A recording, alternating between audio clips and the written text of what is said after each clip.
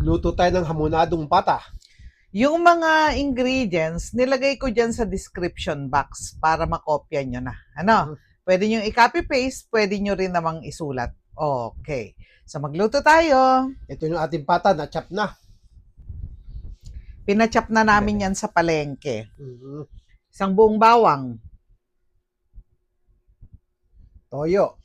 Mm-mm. Asukal na brown. Mhm. Asin. Pamintang durog. Mm-mm.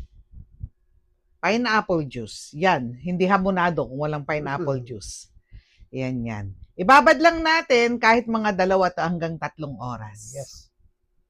So, kapag nababad na, pwede na nating ahunin at magsisimula na tayo magluto.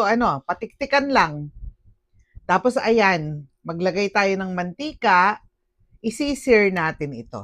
Yes. Ayan. Napaka-importante itong proseso na to para ba yung kulay nung inyong yung inyong pata ay maging brownish. Mhm.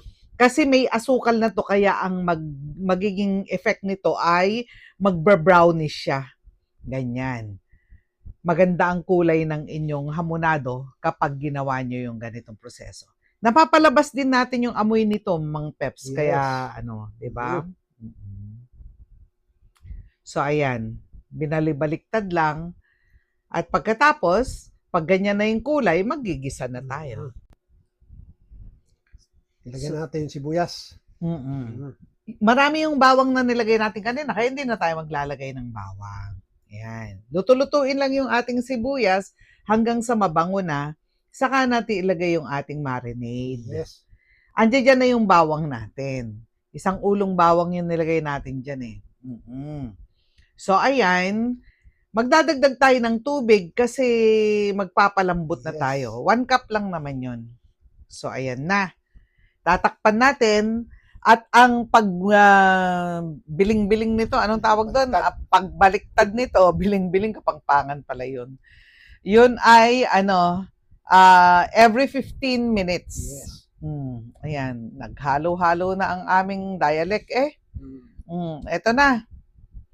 Kapag medyo malambot na yung ating pata, baliktarin lang at saka natin ilagay yung ating Sliced pineapple. sliced pineapple. Bali, isang lata yan na yung maliit na lata. 4 ang laman nun. So, ayan. Pwede naman kayo magdagdag kung gusto nyo. Lutuin na lang yan hanggang sa malambot na talaga yung pata. Tignan nyo, halos matuyuan na. Malambot na rin yung ating pata. Kaya, okay na to. So, ayan yung sarsa niya. Napakalapot at napakasarap nito. Yes. Pwede itong panghanda. Pwede rin naman sa everyday na ulam kung medyo gusto nyo ng masarap.